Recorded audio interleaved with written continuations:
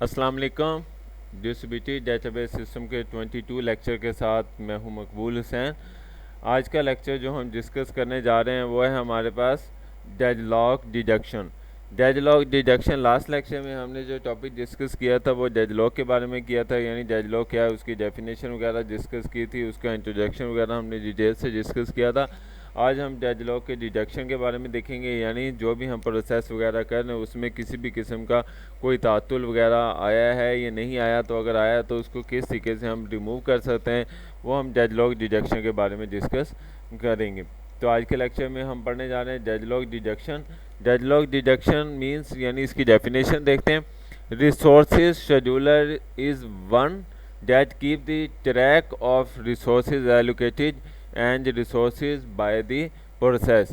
Resources scheduler وہ عمل جس کے ذریعے مختص کردہ اور درخواست کردہ وسائل کا ٹریک رکھا جاتا ہے, یعنی جو بھی ہم نے عمل کرنا ہے اس پر یا جو بھی مختص کیا ہے یا جو ہمارے پاس ریسورسز ہے اس کا جتنا بھی شیڈول ہے وہ کیا چیز ہے وہ اس میں رکھا جاتا ہے.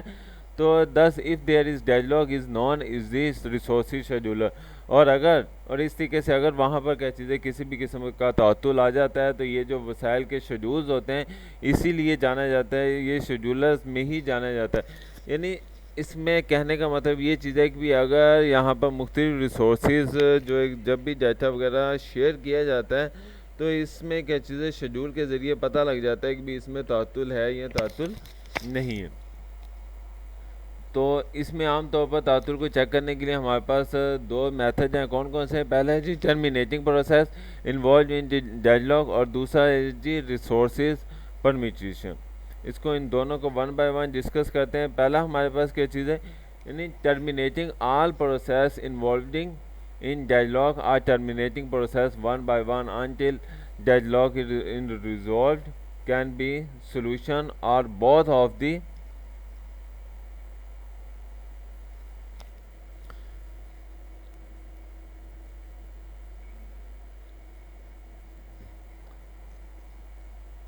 both of these approach are not good. means deadlock حل نہ ہونے تک ڈیڈ لاک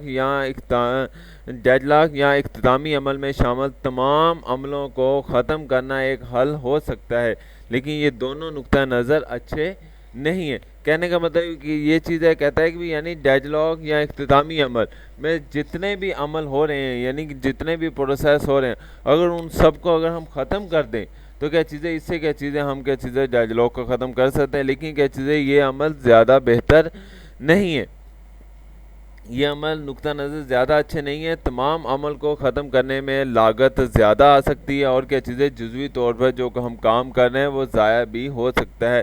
تو ایک ایک کر کے ختم کرنے میں بہت وقت لگ سکتا ہے, کیونکہ جب بھی عمل ختم ہو جاتا ہے تو اسے جانچنے کی ضرورت ہوتی ہے کہ تعطل ہو گیا ہے یا نہیں ہو گیا, یعنی تعطل ختم ہو گیا ہے یا نہیں ہو گیا. لہٰذا بہترین نقطہ نظر ڈیڈ لاک حالت کے دوران ہی انہیں ختم کرتے ہوئے عمل کی عمر اور ترجیح پر غور کرنا ہوگا.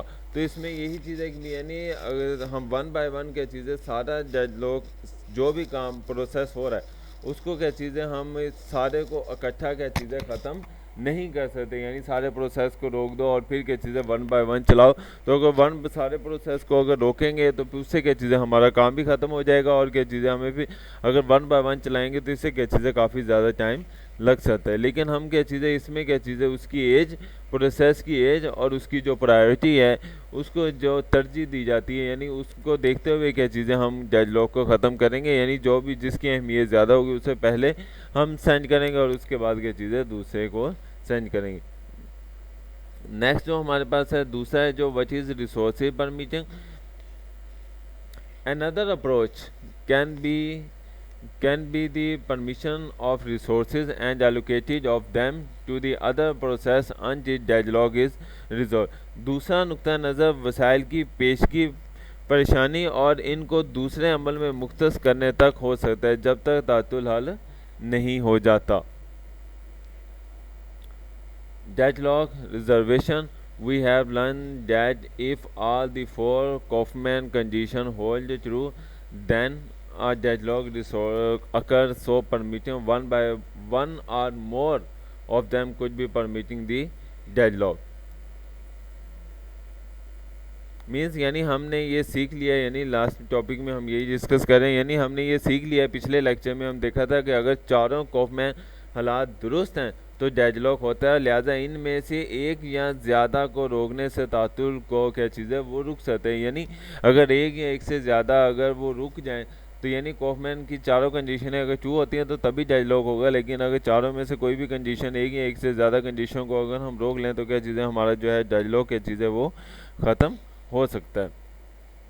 Permitting of dead lock, permitting عام طور پر چار ہیں: ریموونگ میوچلی ایکسکلوسیو، دوسرا ہے جی mutually hold and wait condition, last ہے پرمیٹنگ آف ریسورسز، اور فورتھ جو ہے اوائڈ سرکولر ویٹ کنڈیشن.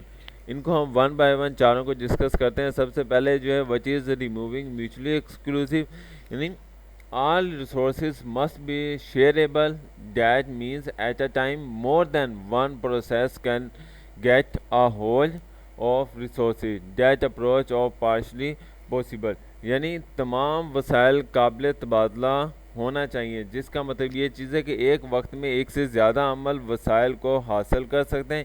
یہ نقطہ نظر عملی طور پر کیا چیزیں ناممکن ہے.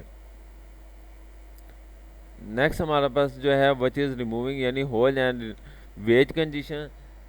دس can be removed if the process acquires all the resources that are needed before starting out.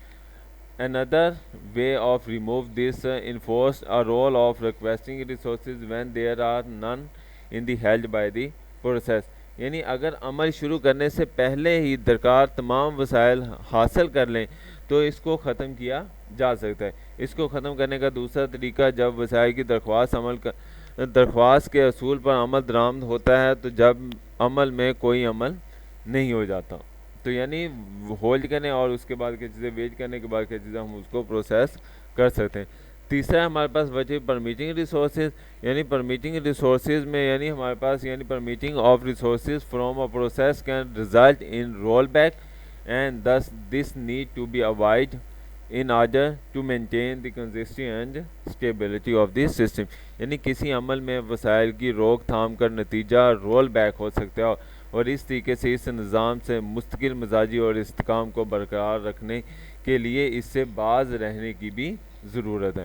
اور لاسٹ ہمارے پاس جو ہے جی which is avoid circular wait condition, یعنی this can be avoidance of resources are maintain in the hierarchical and process can be resources to increasing order of the process. تو یعنی اس سے بچا جا سکتا ہے اگر وسائل کو ایک درجہ بندی میں برقرار رکھا جائے اور اس عمل میں وسائل کو فوقیت کی ترتیب پر کیا چیزیں بڑھایا جا سکتا ہے.